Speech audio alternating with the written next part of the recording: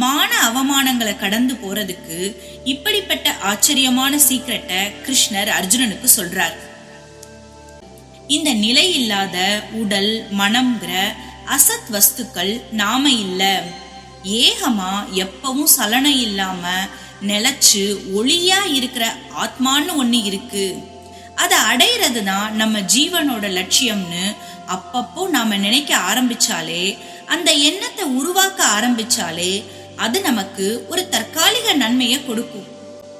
உடல் மன வேதனைகள் தற்காலிகமானது. நமக்கு அதை கடந்து போய் உண்மையை தரிசிக்கிற மன தைரியம் வரும்.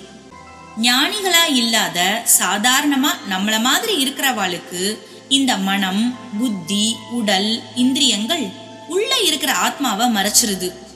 இதத்தான் விஷ்ணு சகஸ்ர நாமத்துல இந்திரியாணி மனோ புத்தி சத்வம் தேஜோ பலம் திருதிகின்னு சொல்றாங்க. அதாவது இந்திரியங்கள், மனம், புத்தி இது எல்லாத்துக்கும் ஒரு தேஜஸ் வர பகவானே எனக்கு அருள் செய்யன்னு அர்த்தம். கந்தகுரு கவசத்துல அத்வைத ஆனந்தத்தில் இமைப்பொழுது ஆழ்த்திடுவாய்னு இதத்தான் சொல்றாங்க.